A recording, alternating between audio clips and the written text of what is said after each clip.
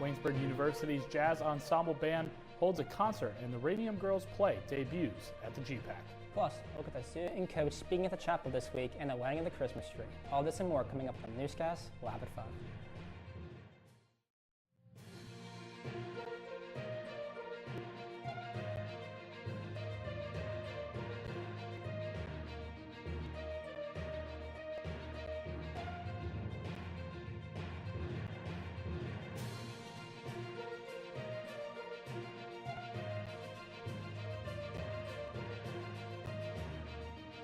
And now, your 5 o'clock news on Channel 14.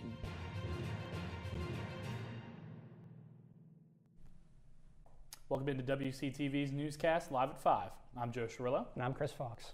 Earlier this week, Waynesburg University's Jazz Ensemble Band held their first concert of the school year. WCTV caught up with the band's director before the event. Jazz Ensemble is an accredited class for Waynesburg University students.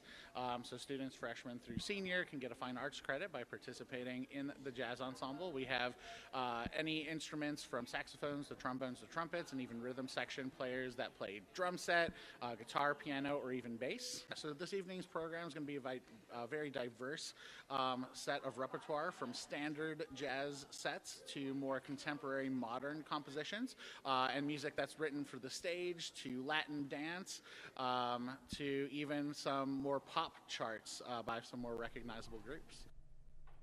The play Radium Girls held their opening night yesterday at the Godwin Performing Arts Center. The play is hosted by Waynesburg University Theater Department and is the first under new director Ted Watts. Shows will run tonight and tomorrow at 7:30 p.m. as well. So Radium Girls is about, first and foremost, women's rights and women being heard and their stories being told, which is the main reason why this play was even written. But it's also the story of Grace Fryer, Catherine Schaub, and Irene Rudolph, and how they kind of stood out and stood up for themselves even when nobody thought they would win. It's been really great. It's been a great, challenging project, and everybody's definitely rose to the occasion, and I'm very excited for the future. Opening night went as it always does, a couple of hiccups, but I think we pulled out, and again, I think it was a phenomenal show, as it always is. In chapel this week was Testimonial Tuesday. Alongside Chaplain Sumner and the campus ministry groups, women's soccer was the center of the testimony this week. Head coach George DeAugustino and junior criminal justice major Lindsay Miller gave their testimonials during the service. Miller discussed her journey through faith, the challenges she has been through, and what she had to lose in her life to know what was needed to follow Christ. DeAugustino talked his journey to becoming a coach and the different encounters with Christ through that journey. With music and others surrounding them, it was a beautiful moment for both the community and the Waynesburg women's soccer team. Only 2 more chapel services are remaining until the end of the semester, so make sure to make your way up to Roberts Chapel Tuesdays at 1 p.m. With the holiday season right around the corner, Waynesburg University finally lit up the Christmas tree. Despite the cold and wet conditions, many students made out to Johnson Commons for the annual lighting of the tree. Students took pictures of the tree and even sang a few Christmas carols to get in the holiday spirit. The tree will remain up for the rest of the semester in Johnson Commons. Coming up, a look at the President-elect Donald Trump's nomination for Attorney General and fallout from the Lincoln Riley murder trial. Plus, Texas elementary students participate in a mock trial and therapy dogs helping students at a school in Michigan. All of that next on the Newscast.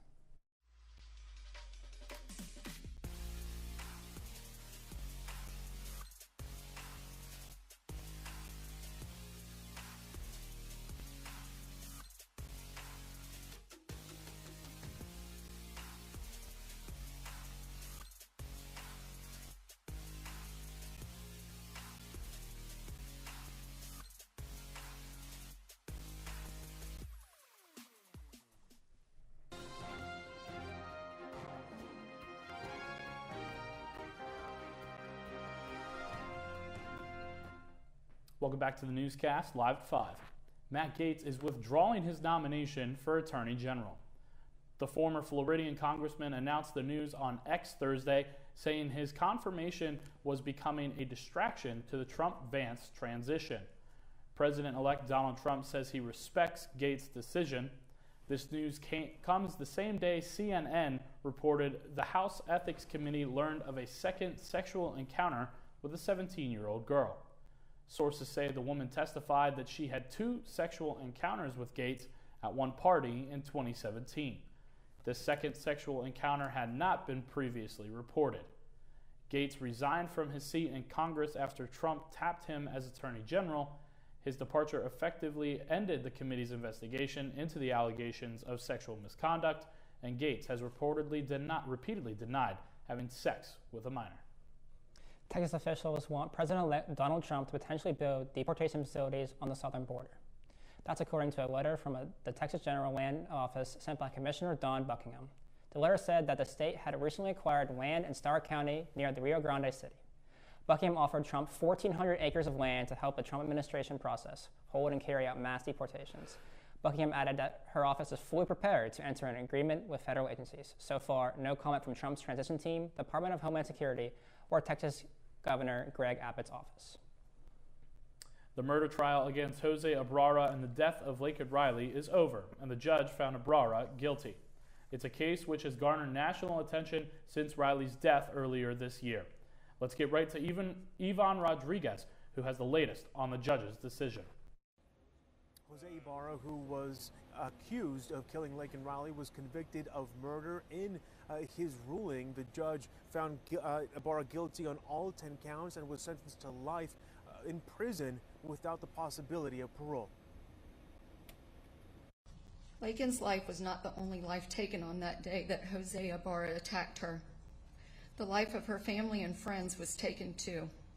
None of us will ever be the same. Family, friends of Laken Riley facing the man convicted of her murder in court to honor her life while detailing the immense loss caused by Jose Ibarra. Laken had a beautiful and bright future. She was smart, hardworking, kind, thoughtful, and most importantly, she was a child of God. With Ibarra watching, Laken's stepfather reading a final entry from Laken's journal, expressing her hopes for the future that will never come. To my future husband, I want you to know that I'm thinking about you. I'm working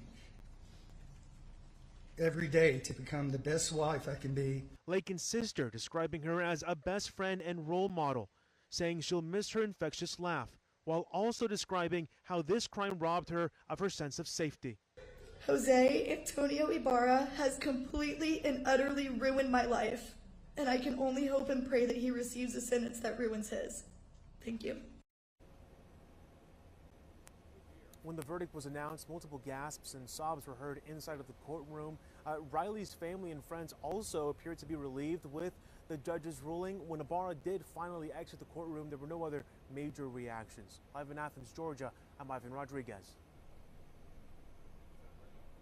A former University of Virginia student pleaded guilty Wednesday to fatally shooting 3 football players and wounding 2 other students on the Charlottesville campus in 2022.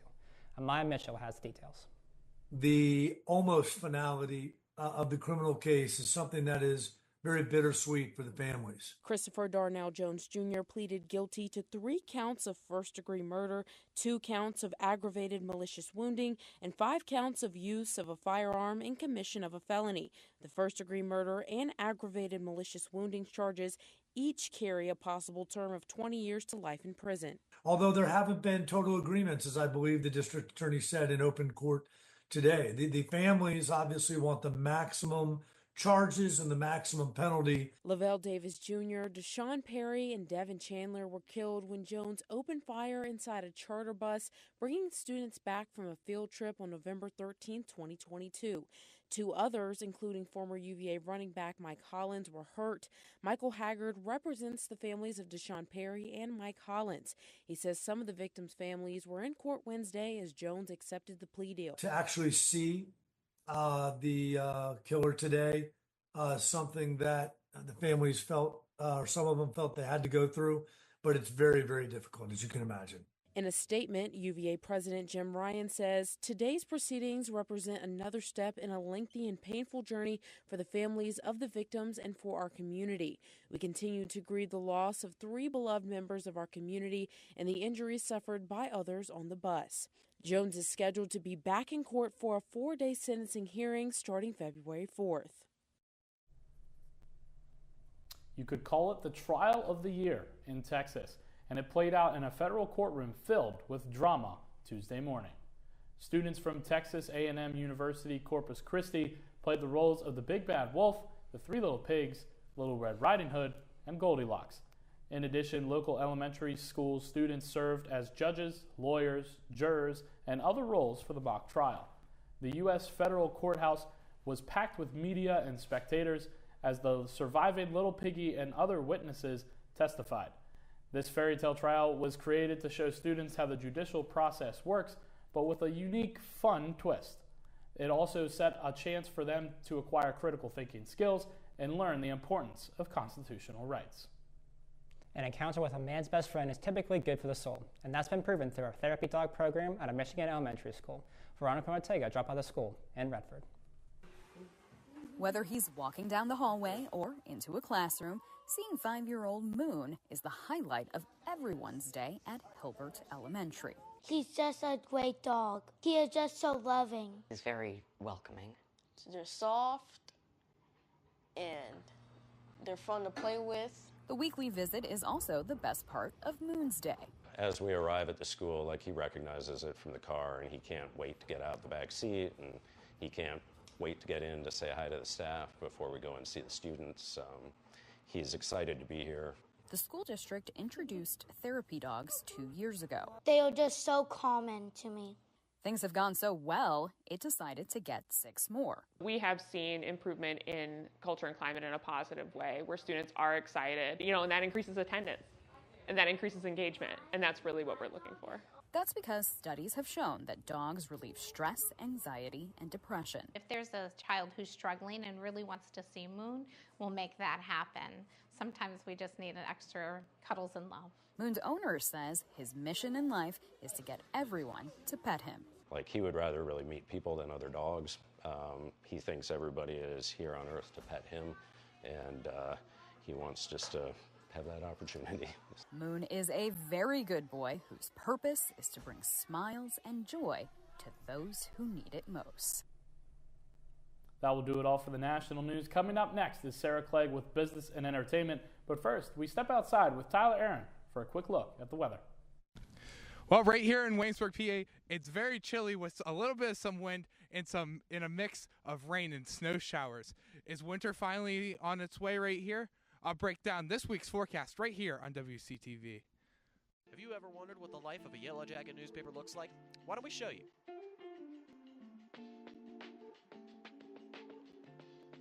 Straight from the printing press to our editor's desk into the newsstands, you can pick up your own copy of the Yellow Jacket newspaper in Buell Hall, the Stover Campus Center, or any of our other newsstand locations on campus.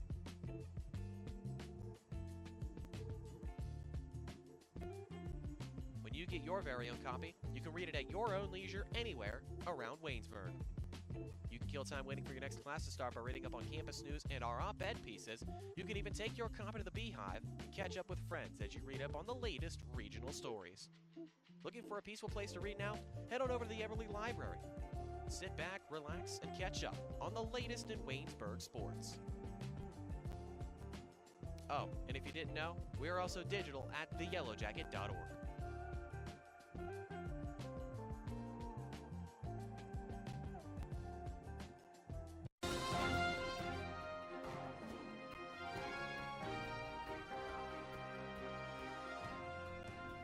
Welcome back to the newscast. I'm Sarah Clegg with your business and entertainment update. A man who catches a fly with chopsticks can accomplish anything, even a star on the Hollywood Walk of Fame. Ralph Macchio received the honor Wednesday. He was joined by fellow Karate Kid franchise stars Tamlin Tomita, who portrays Kimiko, and William Zabka, who plays Johnny. Of course, Macchio has had a long career that includes films like My Cousin Vinny. He's also a New York Times best-selling author. But there's no doubt he's most synonymous with his character Daniel LaRusso from the Karate Kid universe. The second part of the 6th and final season of Cobra Kai is set to release on Netflix later this month. If you were looking forward to belting out Defying Gravity while watching Wicked, you better think again. AMC Theaters says the best way to remain popular is to remain quiet.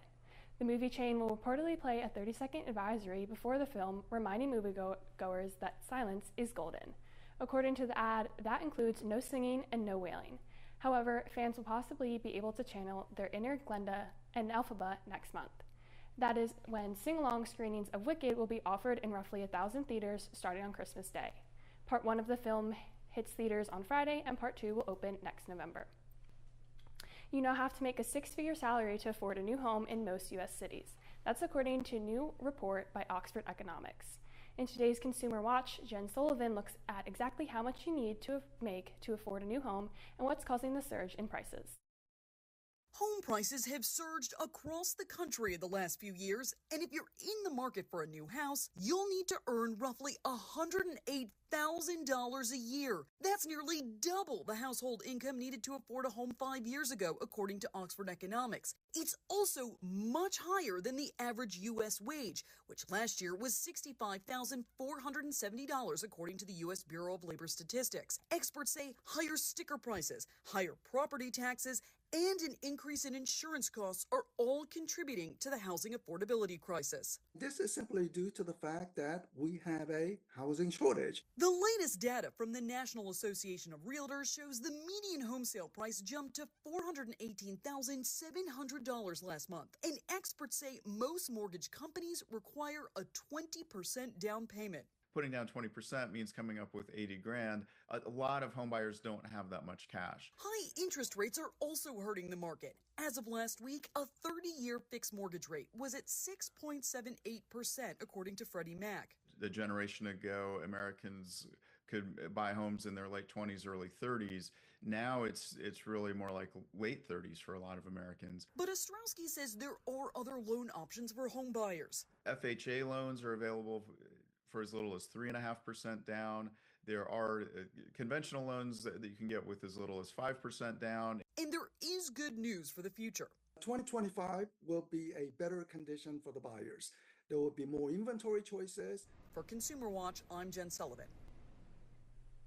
'Tis the season for mistletoe, Yule log, sugar plums, and pork. McDonald's is bringing back its McRib sandwich just in time for the holidays. Starting December 3rd, your local Mickey D's will be serving up the cult favorite.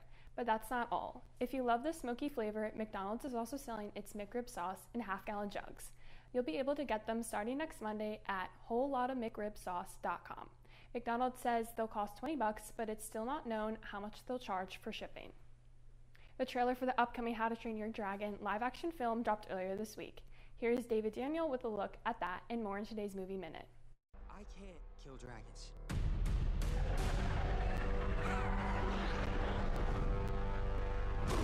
But you will. Here's your first look at the live-action reimagining of the beloved animated adventure How to Train Your Dragon. The new version, filmed for IMAX, is due in theaters June 13th. They knew there was a problem. And instead, they released data that suggested that there was no problem whatsoever. Lead and Copper looks at how a lack of government oversight and cost-cutting measures led to the water crisis in Flint, Michigan. Thousands of people were diagnosed with lead poisoning in one of the worst public health disasters in U.S. history. The documentary is now available on digital and VOD platforms. I walked and I crawled on 6 crooked highways. An honor for A Complete Unknown. Star Timothy Chalamet and director James Mangold are set to receive the Visionary Tribute at this year's Gotham Awards, December 2nd in New York. The Bob Dylan biopic opens in theaters December 25th. In Hollywood, I'm David Daniel. That will do it for your business and entertainment update. I'm Sarah Clegg, and when we return on the newscast, Ethan Spazarski has your sports.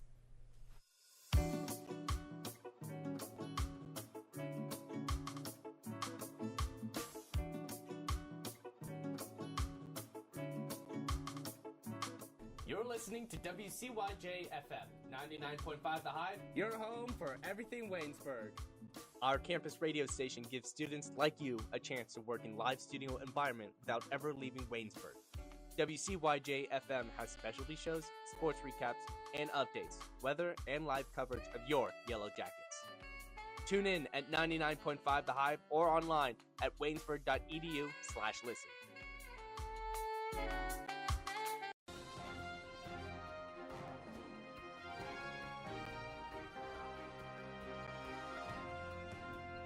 Good evening, everyone. I'm Ethan Spazarski, bringing you your local sports report. Starting with men's and women's basketball, both teams are kicking off their conference play by coming off a road trip from Grove City, where both teams lost, with women's losing 71-60 and men's 64-56.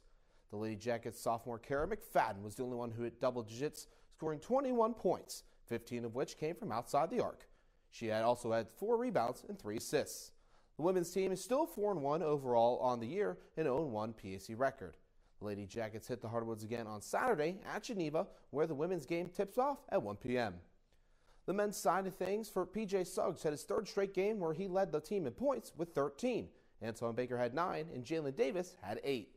The men's remain winless on the year at 0-4 overall and 0-1 in PAC play.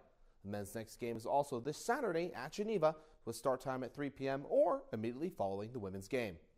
For men's wrestling, the team is coming off the Waynesburg duels where sophomore Jesse Orman remained undefeated on the day and with the 184-pound weight class, where he won his first 2 duels and his 3rd one via forfeit. Sophomore Jacob Wilson recorded a pin against Penn State Barron in the 174-pound weight class, and senior Seth Evans had a 14-2 win via major decision against Mount Union. The men hit the mat again on Saturday, November 23rd, when they traveled to Penn College to face the Bobcats. For women's wrestling, 2 Jackets made history when Jakia Matthews and Farron Dewitt both secured 2 or more wins in a top 6 finish in a tournament. Matthews won all 3 of her matches, 2 via pinfall, and both were done in under a minute 20 seconds. Dewitt went 2-2 on the day, winning her first duel, however losing the 2nd and 3rd, but did finish strong by winning her last duel via pin in about 4 minutes. The women are back in action at John Carroll on November 24th in University Heights, Ohio. Duels start at 11 a.m. In PAC award news for volleyball, both Maddie Dayton and Crystal Wilson were named all PAC honorable mention. Dayton led the team in blocks this season with 35 and was 3rd on the team in points per set with 2.21. Wilson was 2nd on the team in kills per set with 1.79 and had 8 matches with 10 points or more. Football PAC awards will be named later tonight on the PAC Digital Network. Make sure to tune into that at 7 p.m. The WPIAL championships are here, well, for 1, 2, 3, and 5A. In 1A, Fort Cherry faces off against Clareton at 11 a.m. St. LaSalle goes head-to-head versus South Park at 2. Central Valley and Avonworth play at 5 p.m. And finally, to cap off the night, the defending 5A champion Peters Township Indians will take on the Pine Richland Rams at 8 p.m. under the lights. All these games will take place at Acrisure Stadium this Saturday. If you'd like to watch, tune in at KDKA+. In Division I athletics, Pitt, after losing 24-20 against Clemson, extends their losing streak to 3 games and losing their national rank. The Panthers look to change their misfortune against ACC opponent Louisville at 4 p.m. Penn State, since losing to the Ohio State, has put up 84 points and only allowed 16 in their last 2 weeks. The Nittany Lions travel to Minnesota on Saturday to play the Golden Gophers at 3:30. Finally, West Virginia plays host to the UCF Knights this Saturday, and kickoff is set for 3:30 p.m. as well. On the professional side, the Pittsburgh Penguins are coming off a 3-2 loss in overtime against the Tampa Bay Lightning. That loss puts Pittsburgh at 7, 10, and 4 on the year, with only 2 points above the last spot in the Metropolitan Division. The Pens hit home ice again on Friday when they host the Winnipeg Jets for a 7 p.m. puck drop. Finally, the Pittsburgh Steelers defeated division rival Baltimore Ravens 18-16 on Sunday. The team is back in primetime spotlight tonight as they are in Cleveland playing the Browns at 8:30 on Amazon Prime Video.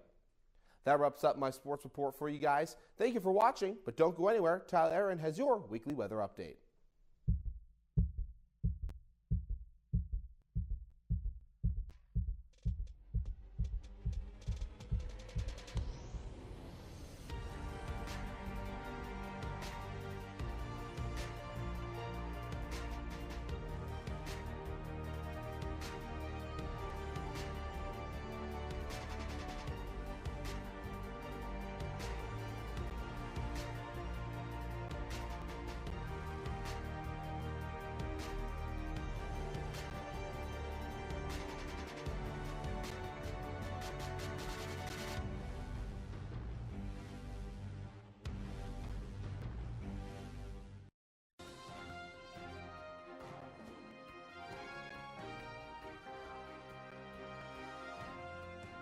Welcome back to the newscast live at 5. I'm Tyler Aaron with your weather. As we move into the evening hours, Waynesburg is experiencing chilly temperatures with some cloud cover right now. Temperature is around 37 degrees with a light breeze outside as the snow and rain showers move east of Waynesburg. Temperatures will continue to drop tonight to the low 30s, so you might want to keep your winter jacket on if you're heading out tonight. Looking ahead to the rest of the week, things will stay fairly chilly for tomorrow. Expect another mix of rain and snow showers with temperatures reaching a high of 42 and a low of 40. Over the weekend, most of the rain and snow will go away, but those clouds will remain right here with a high of 45 degrees on Saturday and 49 degrees on Sunday. Both days have a low temperature of 38 degrees and a 20% chance of rain. As Turkey Week begins, the temperature rises, but the rain showers come back with a 55% chance of showers on Monday and a high of 57 degrees, so make sure that you have that jacket and umbrella ready. The low temperature on Monday will be 42 degrees. Clouds will continue to stick around, though, on Tuesday and Wednesday with mostly cloudy skies and a high of 45 degrees on Tuesday and 44 degrees on Wednesday as we approach Turkey Day on Thursday with family and a whole lot of football. That's all I have for you for your weather. Stay safe and warm, but don't forget that umbrella this week. Back to you guys at the desk. That will do it all for the newscast live at 5 for everyone behind the scenes and in front of the camera. Thank you for watching. Stay tuned on WCTV YouTube page and social media platforms for more Waynesburg content.